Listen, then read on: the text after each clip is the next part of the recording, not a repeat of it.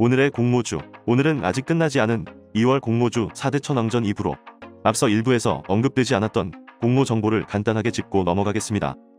뷰노의 공모가 역시 밴드 상단을 1,500원 초과한 21,000원으로 확정되었으며 다른 종목과는 달리 균등 배정에서 소수점을 올림 처리하기 때문에 상대적으로 비례 배정 물량이 줄어들 가능성이 커서 실제 비례 경쟁률은 매우 높아질 수 있다는 점을 체크하시면 좋겠습니다. 유일 에너테크의 경우 주고객사인 SK이노베이션의 배터리 소송 패소로 악재가 발생했기 때문에 리스크를 인지하시고 청약에 임하셔야겠습니다. 다만 SK이노베이션의 미국 내 배터리 납품을 2년에서 4년 정도 유예기간을 뒀다는 점에서 유일 에너테크가 향후 고객사를 다양화할 수 있는 시간이 충분하다고 판단할 수 있기 때문에 단기 악재로 그칠 가능성이 있고 합의 또는 중재에 대한 긍정적인 메시지가 나올 가능성도 배제할 수 없습니다. 또한 상장일인 2월 25일까지 앞으로 10일 정도가 남았기 때문에 악재가 희석될 수 있는 시간적인 쿠션도 존재한다는 점에서 상장일 주가 리스크는 크지 않다고 판단됩니다.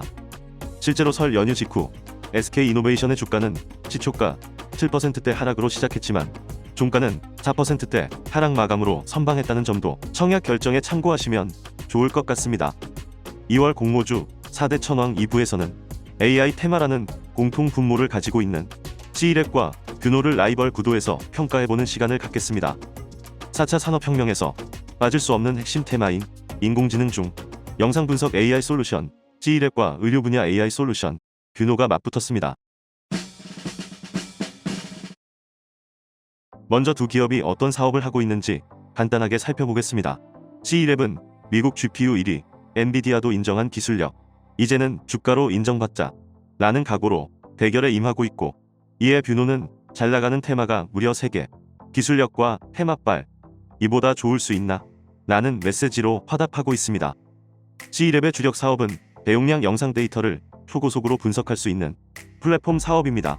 국내 최초로 GPU 기반 딥러닝 관련 솔루션 상용화에 성공했고 2018년에는 엔비디아의 파트너사로 선정, 2020년에는 우수 파트너로 승격하는 등 엔비디아의 GPU 솔루션 결합 어플라이언스를 제공하는 유일한 파트너라는 경쟁력이 있습니다.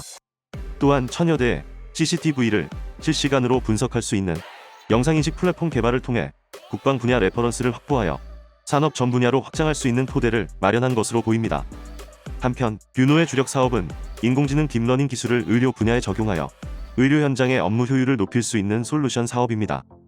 인공지능이 적용된 의료기기로서는 국내 최초로 식품의약품안전처로부터 인허가를 받았고 국내 최초로 혁신 의료기기로 지정되는 등의 경쟁력을 갖추고 있으며 50건 이상의 의료 AI 분야 특허로 국내 최다 부유, 세계적인 딥러닝 챌린지에서 1위를 기록하는 등 글로벌 최고 수준의 기술력을 보유하고 있는 것으로 보입니다.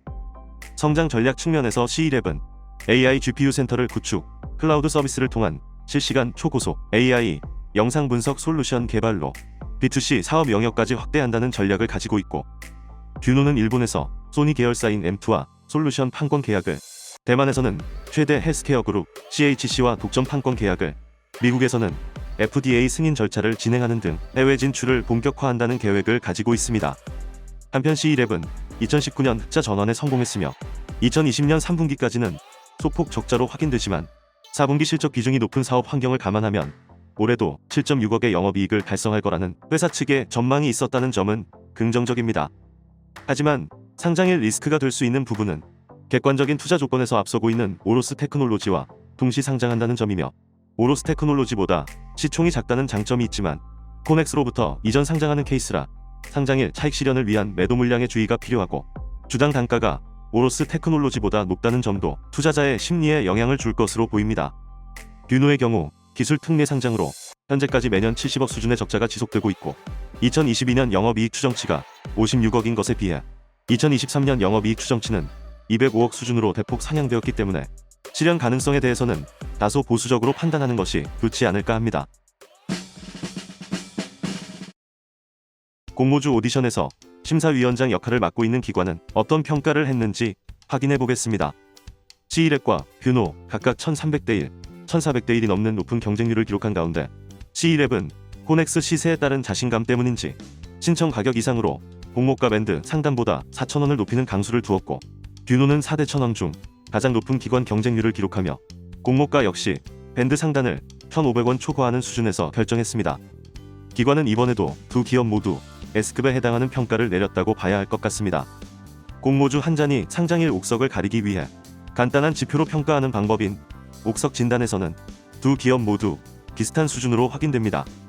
C1랩은 10%대의 의무 보유 확약 비율과 코넥스 시세가 공모가 대비 80% 이상 상회하면서 상장의 기대감을 높이고 있지만 유통 가능 주식 비율에서 밀려 중위권 수준인 6점이 나왔고, 한편 뷰노의 유통 가능 주식 비율은 비교적 양호했지만 의무 보유 확약 비율이 예상 외로 한 자릿수를 기록하며 C1랩과 동일한 6점이 나왔습니다. 이로써 AI 라이벌 구도답게 모두 B등급을 기록합니다. 공모가의 적정 수준에서는 현재 비교 기업의 PER로 재반영에 적용한 결과 C1랩은 29,550원으로 확정된 공모가와 15% 이상 갭이 발생하여 공모가가 다소 높다고 판단되기 때문에 평가 등급 B를 부여했습니다. 따라서 공모가를 4,000원 높인 점은 부정적인 요인으로 작용할 가능성이 클 것으로 예상해봅니다. 반면 뷰노는 공모주 한 잔이 판단한 공모가와 오차 범위가 작아 평가 등급 A를 부여했습니다. 심사 내용을 종합한 결과 C1랩은 최종 A 마이너 등급, 뷰노는 최종 A 등급으로 뷰노의 근소한 우세가 점쳐지며 두 종목 모두 청약 라운드에 진출합니다. 한편 구독자 심사위원 분들의 평가에서 S등급과 A등급의 상위 등급으로 평가한 비율은 C1랩이 25%, 뷰노는 21%인데 이 비율이 50% 이상인 오로지와 유일보다는 기대감이 확실히 낮은 것으로 해석할 수 있겠습니다. 구독자 여러분의 심사평도 한 분씩 들어보겠습니다. 닉네임 수연노님은 C1랩에 대해 12월 상장 계획 잡을 때 공모가 밴드 상단이 35,000원이었다가 날짜 바뀌면서 31,000원 되지 않았나요? 그래서 기관들이 35,000원 써냈나 싶은 생각이 든다고 하시면서 날카로운 지적을 해주셨습니다.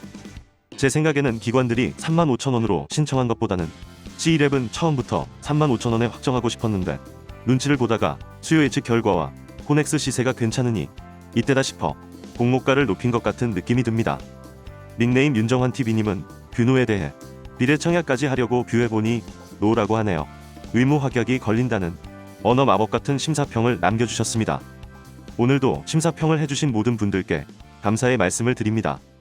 이로써 4대 천왕 공모주 데이터의 모든 퍼즐 조각이 완성되었습니다.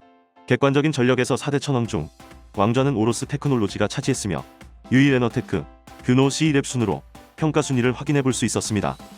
마지막으로 공모주 한 잔의 청약 계획을 공유드리고 설 연휴를 뜨겁게 달궜던 4대 천왕전을 마무리하겠습니다.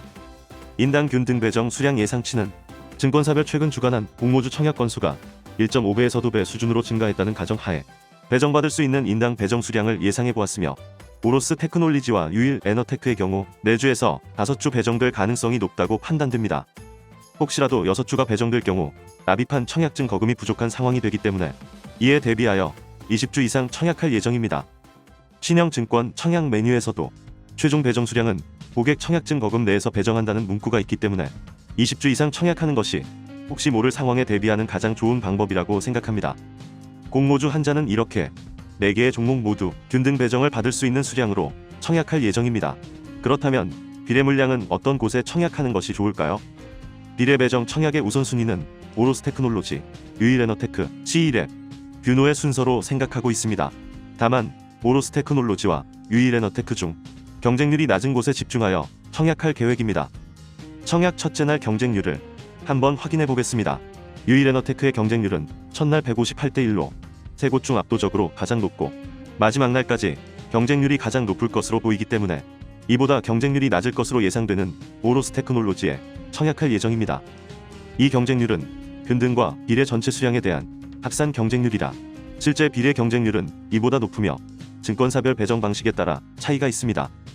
C1랩, 오로스 테크놀로지, 유일에너테크는 균등 배정을 50%로 한정하고 있기 때문에 실제 경쟁률은 표시된 경쟁률의 2배 수준이 유력합니다. 예를 들어 유일에너테크의 첫날 실제 경쟁률은 158대 1의 2배인 316대 1이 유력하며 이러한 방법으로 청약 마감 임박 시점에 비례 배정 수량을 계산해 볼 수 있겠습니다. 청약 수량을 일반 경쟁률의 1을 곱한 값으로 나누면 비례 배정 수량이 계산되고 여기에 균등 배정 수량을 더하면 총 배정 수량이 계산됩니다. 하지만 균등 배정에서 소수점 올림 처리로 인해 비례 물량이 줄어들 것으로 예상되는 뷰노의 경우 실제 경쟁률이 미래에셋 때우는 표시된 경쟁률의 3.5배에서 최악의 경우 4배까지, 삼성증권은 2.3배에서 2.5배까지 예상되는 만큼 투자금 대비 효율이 떨어질 수 있다는 점도 참고하시면 좋겠습니다. 이것은 저의 의견일 뿐 투자의 판단과 책임은 본인에게 있다는 것 잊으시면 안 되겠습니다. 이상 오늘도 공모주 한 잔이었습니다. 감사합니다.